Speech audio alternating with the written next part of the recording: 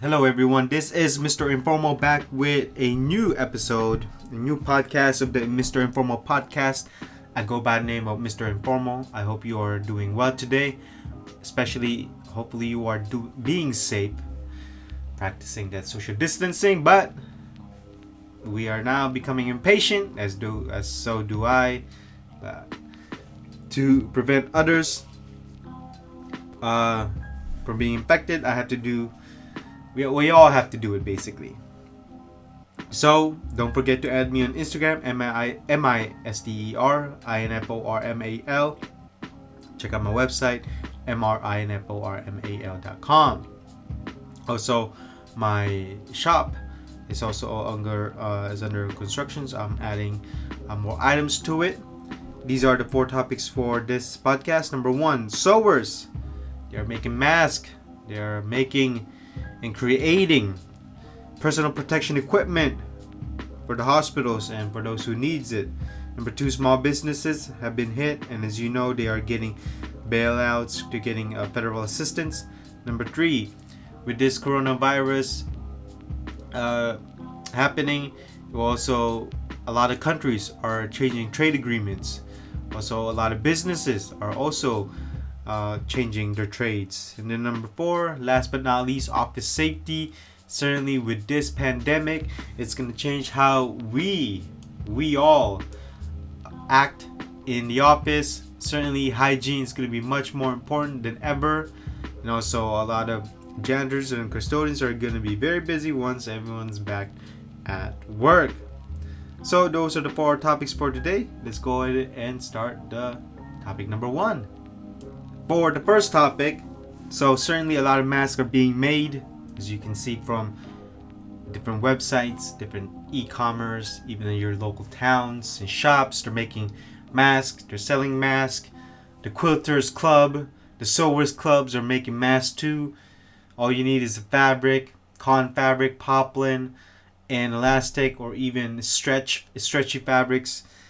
So they are basically rebuilding this country, helping this country, and their skills are, look, back in the 1920s, 30s, 40s, and 50s, and even 60s, sewing machines were like cars. They were all over the place, and your mom and dad knew how to use them. They made clothes out of it. They made your clothes. I mean, they made all kinds of things. Now suddenly there's a resurgence in the people who knows how to sew. I know how to sew. I have lots of sewing machines.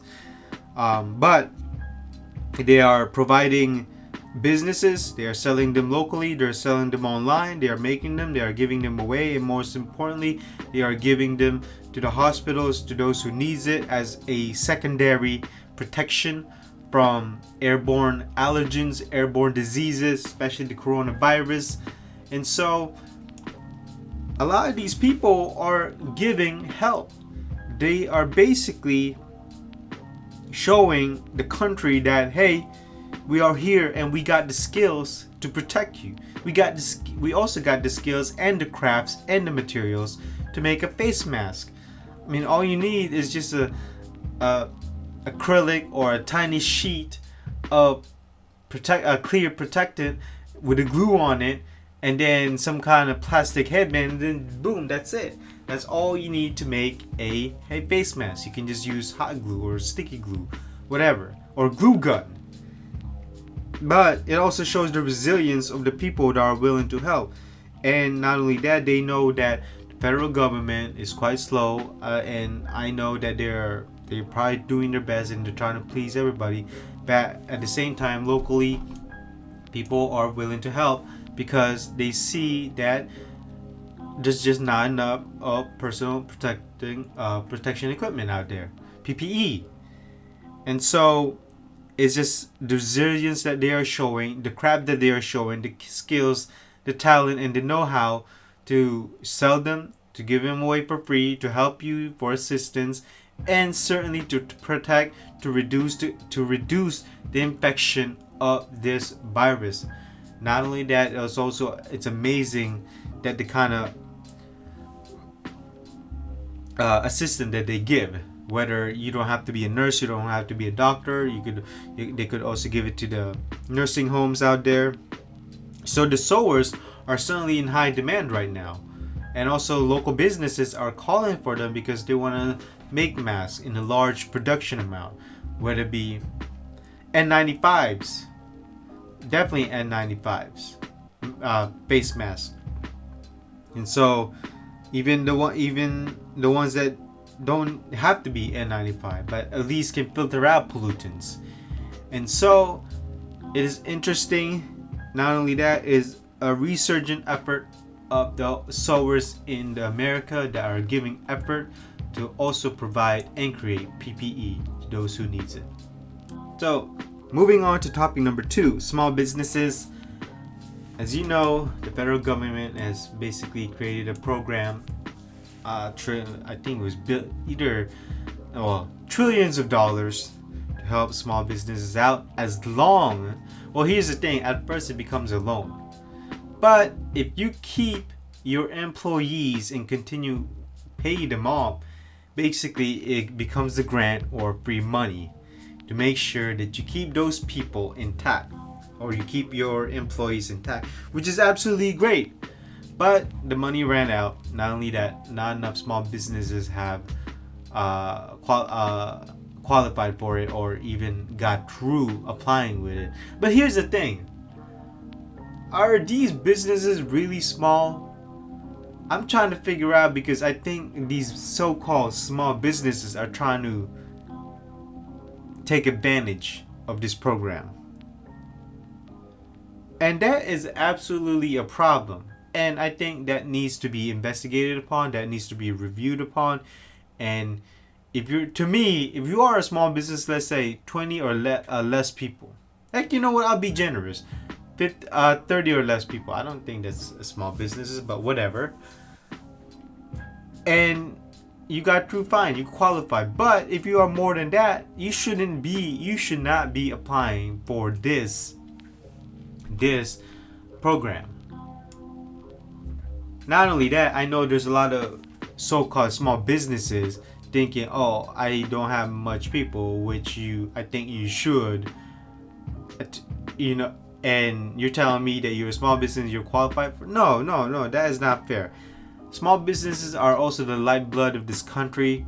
As you know, there were times when these corporate companies were small. McDonald's used to be small, IBM used to be small, Apple used to be small, ran by one person. Same with Microsoft, 2-person.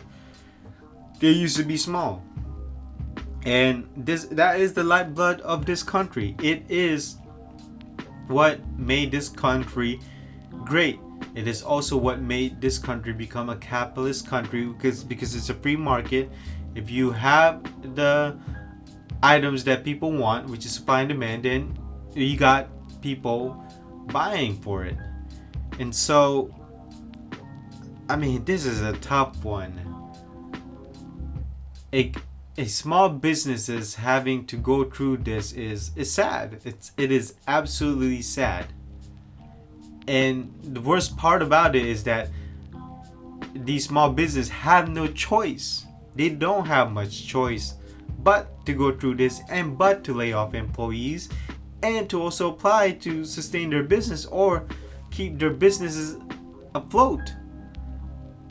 And if they don't get help, well, they might as well close their business. And if that happens, a lot of Americans are going to be affected. They're going to lose jobs. The American economy is going to go down.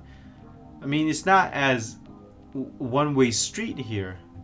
It's multiple aspects and multiple industry that needs to be in sync here. Small business, the federal government, the local government, obviously the employees, your management, and also the people, taxpayers, obviously. And I mean, I'm okay with helping small businesses, but and here's another thing. The banks are also, I'd say half of them are not helping small business, because they only helping out a small business that they know and they have a relationship with. Okay, that is just not fair. If the federal government said to go ahead and do it, these banks should do it. I don't understand why these banks don't want to. I remember in 2008, we bailed out the banks. Us taxpayers are bailing out the banks. And you're telling me you're not willing to help these small businesses? That is not okay. Absolutely not okay. And oh man, when everything is open up back again, I mean, I'm not even sure if many small businesses will survive. I'm hoping they will, because that means that Americans will still continue living, can still move on. Not only that, get this past behind us. On to topic number 3, trades. So in the US and it's Italy, Germany, Europe, even India are all complaining why our health equipments are being made overseas. And so this actually leads me to this topic: trades agreement, NAFTA, North American Free Trade Agreement, WTO, World Trade Organization. So there's going to be a lot of rearrangements, revisions, and also contracts and trade agreements that will happen after this pandemic slows down. Certainly, definitely America is gonna want to pull back probably 90%, or I'd say 70% of health equipment manufacturing from China to here. So this leads to, I shouldn't say a problem, but a resurgence in American manufacturing. This also plays into the president's hands because he wanted businesses to be here, more businesses to be here, and I absolutely have to agree with him, because why are companies putting 100% of their manufacturing, especially health equipment, overseas? Why? Not only that, we're putting too much of our eggs into one basket. And when this happens, suddenly we are scouring, we are rushing, we are panicking, and we basically have to bid this country, and multiple countries are bidding, hey, I want this, because their people are dying. That is not acceptable. That is absolutely ridiculous. That is absolutely just as low as you can go. And I'm telling you, the next month, heck, in the whole year, you're gonna have a G20 meeting, and then they're gonna talk about this. China's economy is gonna go down. Multiple countries are not gonna have the same type of businesses as they once had, because America, which is probably the number one consumers out there, is gonna push back. They're gonna say, hey, we're only giving you 50% of our business. The other 50% is gonna stay here in America because of this. And I think that should be how it is. It should not be 100%. Even when working in the fashion industry, we always say, hey, let's not put everything in China. Most of the time it would be Vietnam, Mexico, India, or even here, made in America. Yes, we know that there's a price difference, but there's a reason why. When you do things here, you want to give them maybe 25 to 30% of your business. Is that way you have a factory that has the know-how to make your equipments. Not only that, if you have to go to Mexico, same thing. It's right there. It's a neighbor. Or even Canada. Heck, even Canadians buy made in USA goods. We also have made in Canada goods. It's the same thing. Both countries are making trades. Both countries are benefiting from each other, and that's how it should be. But you should not have 100% of your equipment being made overseas. That is a no-no. Heck, even 90%. Heck, even 80%. Because when you're going through this pandemic, you're going to need more than that. The production needs to ramp up when you have this type of pandemic. And every company and business needs to have that rule all the time. You never put everything in one basket, because when this happens, you are in trouble. Heck, even if there was no pandemic, if the country suddenly goes crazy and your businesses is only being made over there, you're in trouble. You don't put it in one country. Last but not least, topic number 4, office safety. So when we are all back to work, probably most of us in the office, in the retail business, in the mall, wherever you work at, health and safety is suddenly gonna go through the roof. Janitors and custodians are gonna be in demand. People are gonna be wanting everything clean. There better be hand sanitizers on the front. There better be ventilation with filters turning on all hours or business hours. Also, there better be clean bathrooms all the time. There is going to be an insane amount of health products that are going to be purchased by businesses. Not only that, people, consumers, employees are also going to have their own hand sanitizer, their own napkin, their own wipes, their own disinfectant spray, all kinds of cleaning products to make sure that it is clean, it is sterile. Not only that, we're also going to wear a mask too. I would not be surprised if businesses and tell employees that they can proceed with wearing a mask and all kinds of protective equipment. If you want to wear gloves, that's fine. And let's not forget, when doing businesses, no more handshaking. Handshaking is not gonna be back until we have a vaccine or some kind of cure or some kind of preventive measures, basically. So I'm even hugging. I'm not even sure if hugging is gonna be back too. So it's going to be interesting how when we get back to work, handshaking can be done, even fist pumping can be done, hugging can be done. Are we gonna also have some distances between each other? What about eating lunch? Are we gonna be next to each other? Are we all going to be having some distances when eating lunch? What about restaurants? They said that, let's say you have this restaurant can fill 100 people. Well, then you're gonna have to cut it down to 50 people.